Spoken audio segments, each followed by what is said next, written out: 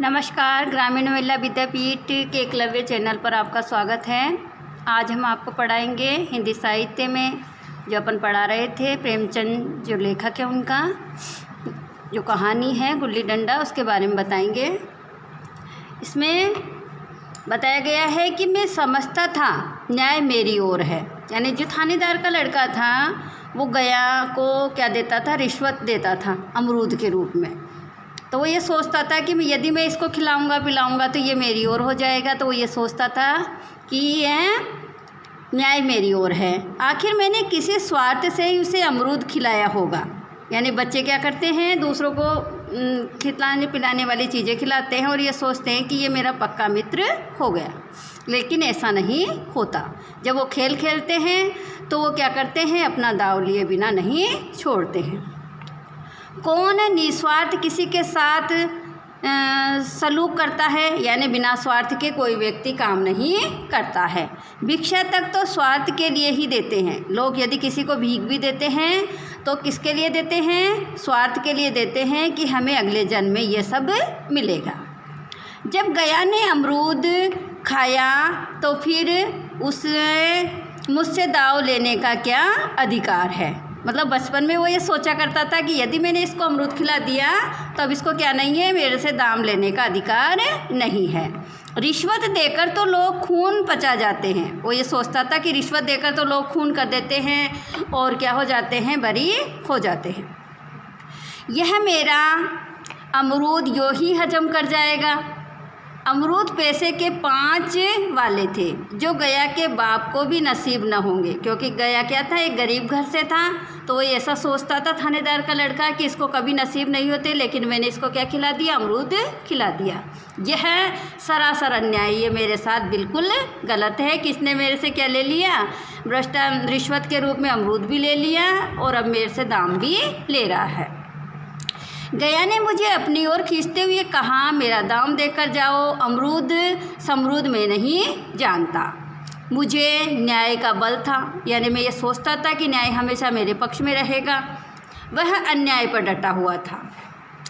मैं हाथ छुड़ाकर भागना चाहता था। वो सोचता था थानेदार का लड़का कि मैं हाथ छुड़ाकर क्या कर दूंगा, भाग जाऊंगा। वह मुझे जाने न देता। मैंने उसे गाली दी, उसने उससे बड़ी गाली दी और गाली ही नहीं, एक चांटा जमा दिया। यानी कि वो बचपन में बच्चे ये नहीं सोचते कि ये कितना बड़ा है, मैं कितना छोटा हूँ, सब बराबर होते हैं। इसलिए उसने क्या कर दिया, गया ने थानेदार के लड़के को चांटा मार दिया। मैंने उसे दांत से काट लिया। उसने मेरी पीठ पर डंडा जमा दिया। मैं रोने लगा। गया मेरे इस अस्त्र का मुकाबला न कर सका, यानी रोते देखकर भागा। मैंने तुरंत आंसू पोंछ डाले और डंडे की चोट भूल गया, यानी कि जो उसने मारा था मैं उसको भूल गया और हंसता हुआ घर जा पहुंचा। मैं थानेदार का लड़का एक अदने यानी छोटे से लड़के से हाथों पिट गया। यह मुझे उस समय भी अपमानजनक मालूम हुआ, लेकिन घर में किसी से शिकायत नहीं की। मैंने घर जाकर किसी से शिकायत नहीं की कि उसने मेरे को मारा। उन्हीं दिनों पिताजी का कहीं से तबादला या ट्रांसफ़र हो गया। नई दुनिया देखते ही खुशी में ऐसा फूला कि अपने हमजोलियों को बिछुड़ जाने का बिल्कुल दखन हुआ। पिताजी दुखी थे, वह बड़ी आमदनी की जगह। अम्मा जी भी दुखी थी। यहाँ सब चीज़ें सस्ती थी और मोहल्ले में स्त्रियाँ भी घेराव यानी साथ साथ बैठती उठती थी और बातें करती थी। लेकिन हमारे खुशी के फूलाना समा था। लड़कों से जीत उठा रहा था। ऐसे घर थोड़े ही होते हैं, ऐसे ऊंचे घर और आसमान से बातें करते हैं, जहाँ का अंग्रेजी स्कूलों से कोई मास्टर लड़कों को पीटे तो उसे जेल हो जाए। मेरे मित्रों की फैली हुई आंखों से चकित मुद्रा बतला रही थी कि मैं उनकी निगाह में कितना ऊंचा उठ गया हूँ। बच्चों की मिथ्या को सत्य बनाने की क्या होती है, शक्ति होती है, जिसे हम जो सत्य को मिथ्या बना लेते हैं। क्या समझोगे, उन बेचारों को मुझसे कितनी स्पर्धा यानी प्रतिस्पर्धा हो रही थी। मानो कह रहे थे, तुम भगवान हो भाई, जाओ, हमें तो इसी उज्जड़ गांव में जीना है और मरना है। 20 साल गुजर गए, मैंने इंजीनियर पास की और उसी ज़िले का दौरा करता हुआ उसी कस्बे में पहुंचा। डाक बंगले में ठहरा, उस स्थान को देखते ही इतनी मधुर और स्मृतियाँ हृदय में जाग उठी। यानी मेरे बचपन की जो बाल स्मृतियाँ हैं फिर से जागृत हो गई। मैंने छड़ी उठाई और कस्बे की ओर सैर करने निकला, घूमने के लिए। हाँ, किसी प्यासे पथिक की भांति बचपन के उन क्रीड़ा स्थलों को देखने के लिए जहाँ पर वो बचपन में खेला करते थे उनको देख रही थी, व्याकुल हो रही थी। पर उस परिचित नाम के सिवा वहाँ और कुछ परिचित न था। जहाँ खंडर था वहाँ पक्के मकान होकर थे, जहाँ बरगद का पुराना पेड़ था वहाँ सुंदर बगीचा था। स्थान की काया पलट हो गई, यानी अब गाँव में काया पलट हो गई थी, बिल्कुल परिवर्तन हो गया। अगर उसके नाम और स्थिति का ज्ञान न होता तो मैं इसे पहचान भी न सकता। बचपन की संक्षिप्त और अमर स्मृतियाँ बाह खोले अपने उस पुराने मित्रों को गले मिलने को अधीर हो रही थी। मगर यह दुनिया बदल गई। ऐसा जी होता था कि उस धरती से लिपट कर रोऊं और कहूँ तुम मुझे भूल गई। यानी कि वह उस जगह पर जाकर धरती से कहना चाहता था कि तुम मुझे भूल गई। मैं तो अब भी तुम्हारा वही रूप देखना चाहता हूँ। सहसा एक खुली हुई जगह मैंने 2-3 लड़कों को गुल्ली डंडा खेलते देखा। अचानक जो इंजीनियर बन गया था थानेदार का लड़का, वो क्या देखता है, लड़कों को गुल्ली डंडा खेलते हुए देखता। एक क्षण के लिए मैं अपने को बिल्कुल भूल गया कि मैं एक ऊँचा अफसर हूँ, साहबी ठाठ में, रोब और अधिकार के आवरण में। यानी कि मैं एक बड़ा अधिकारी बन गया हूँ, इस बात को मैं भूल गया। जाकर एक लड़के से पूछा, क्यों बेटे, यहाँ कोई गया नाम का आदमी है? एक लड़के ने गुल्ली डंडा समेट कर सहमे हुए स्वर में कहा, कौन गया? गया चर्मकार। मैंने यूँ ही कहा, हाँ वही। गया नाम का कोई आदमी है तो शायद वही हो। हाँ है तो ज़रा उसे बुला सकते हो? तो उसने कहा कि क्या तुम उसको बुला सकते हो? लड़का दौड़ता हुआ गया और एक क्षण में एक 5 हाथ के काले देव को साथ लिए आता दिखाई दिया।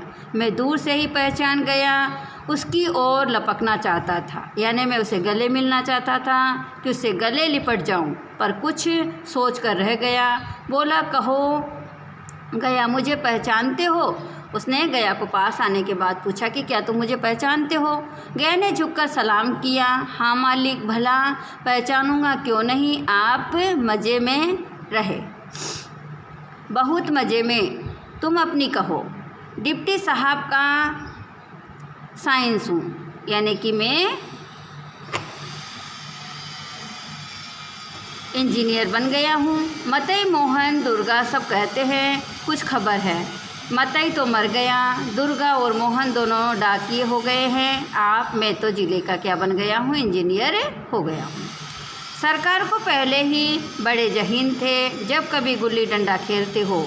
गया ने मेरी ओर प्रश्न और आंखों से देखा। जब गुल्ली डंडा क्या खेलूँगा सरकार, अब तो धंधे से छुट्टी नहीं मिलती। आओ आज हम तुम खेलें।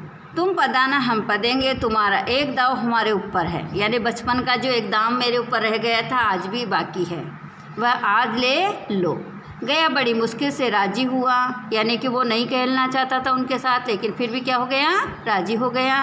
वह ठहरा टके का मजदूर में एक बड़ा अफसर, हमारा और उसका क्या जोड़। बेचारा झेप रहा था, यानी कुछ संकुचित हो रहा था, लेकिन मुझे कुछ कम झेप न थी। इसलिए नहीं कि मैं गया के साथ खेलने जा रहा था, बल्कि इसलिए कि लोग इस खेल को अजूबा समझकर उसका तमाशा बना लेंगे, यानी सब मजाक बनाएंगे और अच्छी खासी भीड़ लग जाएगी। उस भीड़ में आनंद कहाँ रहेगा, पर खेले बगैर तो रहा नहीं जाएगा। आखिर निश्चय हुआ कि दोनों जने बस्ती से बहुत दूर एकांत में जाकर खेले।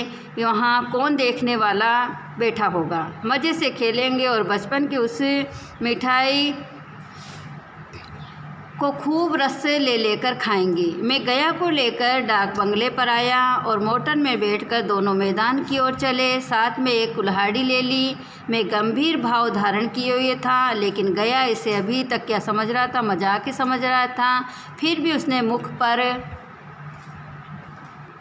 आनंद का कोई